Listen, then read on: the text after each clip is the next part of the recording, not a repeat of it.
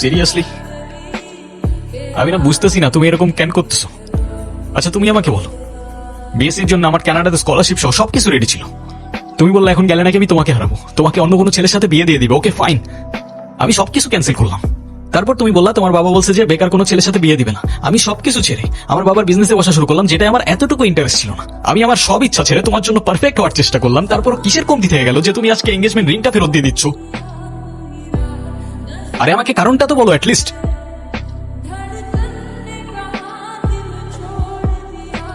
কোনো কারণ নেই, আমার মনে হচ্ছে না আমাদের একসাথে থাকাটা পসিবল। That's it? সিরিয়াসলি তোমার মনে হচ্ছে না আমাদের একসাথে থাকাটা পসিবল? What about me? আমার কি মনে হচ্ছে সেটার কোনো ভ্যালু নাই? আমার সাইডটা কে দেখবে রুহি? দেখো, এত কথা বাড়ানোর কোনো মানে নেই, অযথা সময় নষ্ট করো না। সময় তো তুমি আমার নষ্ট করছো। এরকমটাই করার হইলে আমার লাইফটা কেন নষ্ট করলা? ভেঙে ফেলার হইলে সব আগেই ভেঙে ফেলতা, নাকি হুট করে এখন বেটার কাউকে পেয়ে গেছো? তোমার যা ভাবার তুমি তাই ভাবতে পারো, আমার কোনো প্রবলেম নেই। আরে প্রবলেম তোমার থাকবে কেন? প্রবলেম তো তোমার ক্যারেক্টারে। আর আমার লাকের প্রবলেম যে তোমার মতো একটা মেয়েকে ভালোবাসছি।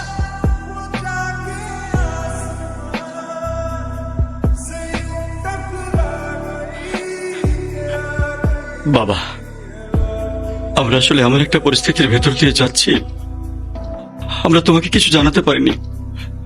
তুমি কিছু মনে করো না। আরে না আঙ্কেল, আপনি এভাবে কেন বলছেন? রুহি আসলে আমাদের কিছু বলতে দেয়নি। এনগেজমেন্টের কিছুদিন পর আমরা জানতে পারি ওর লাং ক্যান্সার। ডক্টর, আপনারা একজনের বেশি ভিতরে না যাওয়াটাই বেটার। ওর এখন কি অবস্থা? এখন ঘুমাচ্ছে। ফারুক সাহেব, আপনি একটু এদিকে আসুন।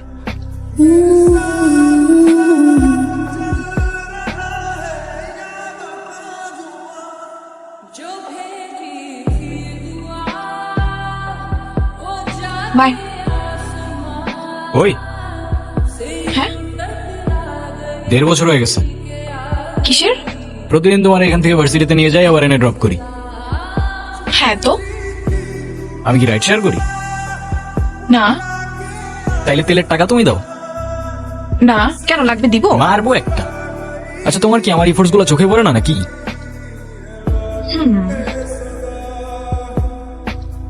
তুমি কি বাই এনি চান্স আমাকে প্রপোজ করতেছো?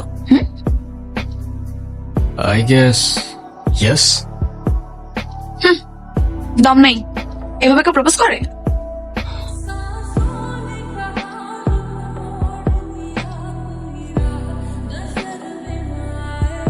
কত করে? 50 টাকা। আচ্ছা না,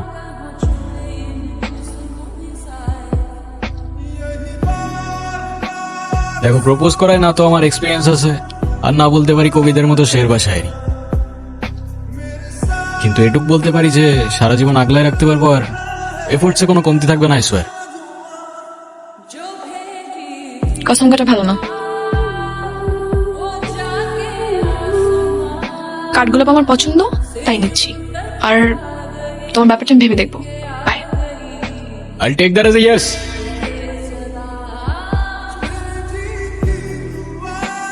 আমাকে মাফ করে দিও রুহি, আমি না বুঝেই তোমাকে অনেক কথা বলে ফেলছি। তুমি আমাকে একটাবার বলতা, এতদিনেও কি তুমি আমাকে এতটুকু চিনতে পারলা না? একটাবার বললে কি আমি তোমাকে ছেড়ে চলে যেতাম?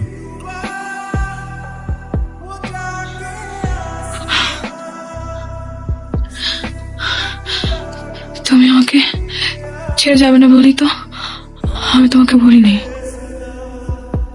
কেন তুমি চাও যে আমি তোমায় ছেড়ে চলে যাই? হ্যাঁ, তুমি কেন আমার এরকম একটা জীবনের সঙ্গে তোমার সুন্দর জীবনটা জড়াতে চাও বলো? তুমি ছাড়া আবার কিসের জীবন? আমার জীবনটা তো ততক্ষণই সুন্দর যতক্ষণ সেই জীবনে তুমি আছো।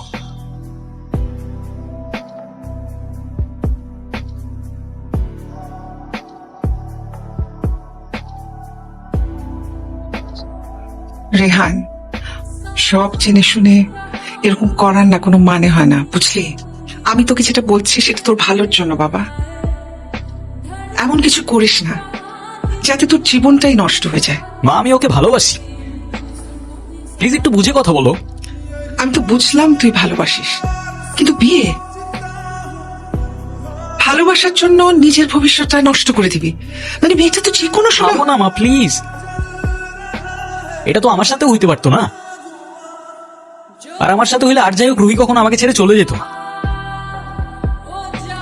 আর আমার লাইফে ওর আগে না কেউ ছিল, আর না পরে কেউ থাকবে। সাব্বাস, এই না হলে আমার ছেলে। আরে বাবা, ভালো সময় কিংবা খারাপ সময় সব সময় পাশে থাকাটাই কিন্তু ভালোবাসা। ডক্টর, আমি আর বুঝে উঠতে পারতেছি না আমি কি করব। ওর জন্য কি আর কিছুই করার নাই? আপনি আপনি আমাকে বলেন, যত টাকায় লাগুক আমি ম্যানেজ করব। দেখুন, আমরা তো কম চেষ্টা করিনি। টাকা দিয়ে সবসময় সবকিছু হয় না। তারপরও রোহির জন্য যদি আপনি কিছু করতেই চান, ওকে খোলা হাওয়ায় নিয়ে যেতে পারেন। ওর মনের যদি কোনো ইচ্ছা থাকে সেগুলো পূরণ করতে পারেন। ওর মন যতটা ভালো থাকবে, মনোবল ততটাই স্ট্রং হবে।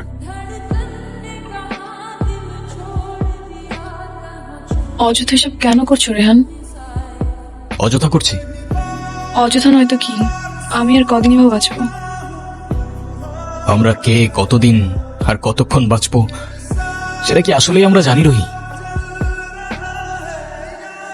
হিসেব করে লাভ কি বলো? যতক্ষণ নিঃশ্বাস আছে ততক্ষণ না হয় সেই মুহূর্তগুলোকে ঘিরেই বেঁচে থাকি। আজকে আছি, কালকে তো নাও থাকতে পারি, বলো। শুধু শুধু মায়াটা কেন বাড়াচ্ছ? মায়া বাড়ালে যে কষ্টটাও বাড়ে। তাহলে তো খুব চিন্তার বিষয়। দাঁড়াও, এক্ষুনি তোমার মন ভালো করে দিচ্ছি।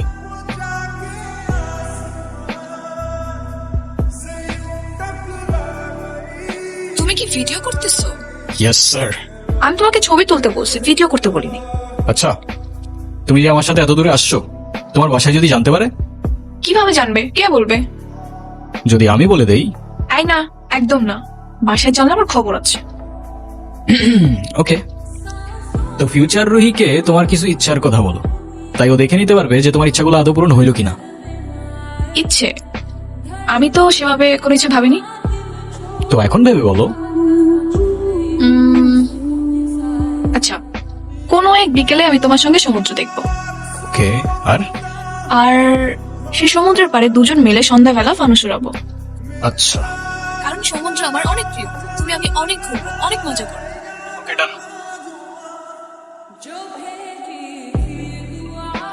এই নাও তোমার বিকেল, আর ওই যে রইল তোমার সমুদ্র।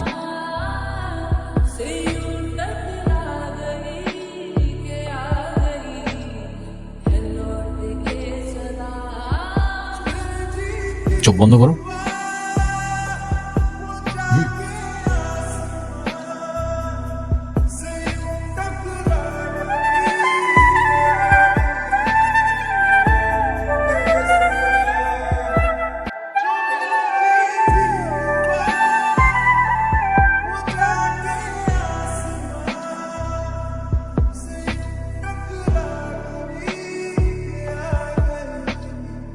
কি? তো বলো, আর কি বাকি রইল? আর কিছু বাকি নেই।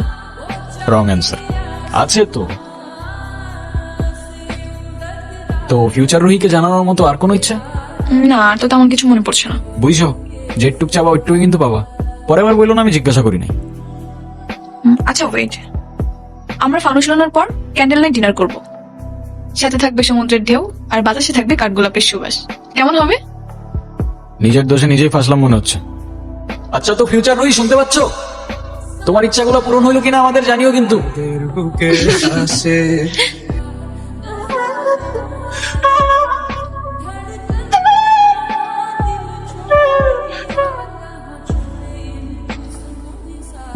একটাই তো মন আমার, আর কতবার জিতবা? যতবার জিতলে এটা বোঝানো যায় যে আমার জীবনে না তোমার আগে কেউ ছিল, আর না পরে কেউ থাকবে। এতটা ভালোবাসো আমায়? তুমি জানো, আমার খুব ভয় হয়। মুখে যাই বলি না কেন, আমার মনে হয় আমার মানুষটা আমারই থাকুক, সে যেন আমাকে কখনো ভুলে না যায়।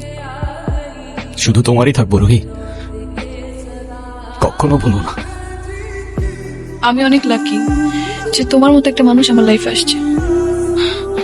আমার সব স্বপ্ন পূরণ হয়ে গেল। এই কিছু মুহূর্তে মনে হচ্ছে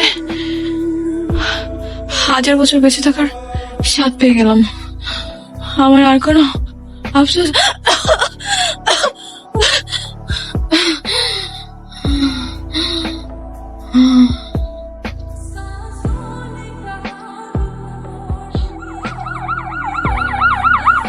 মা, আমার কাছে বসো। বাবা, মা, আমার কাছে এসো, বসো।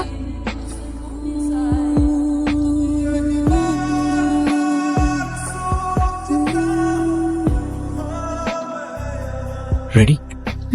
অলওয়েজ।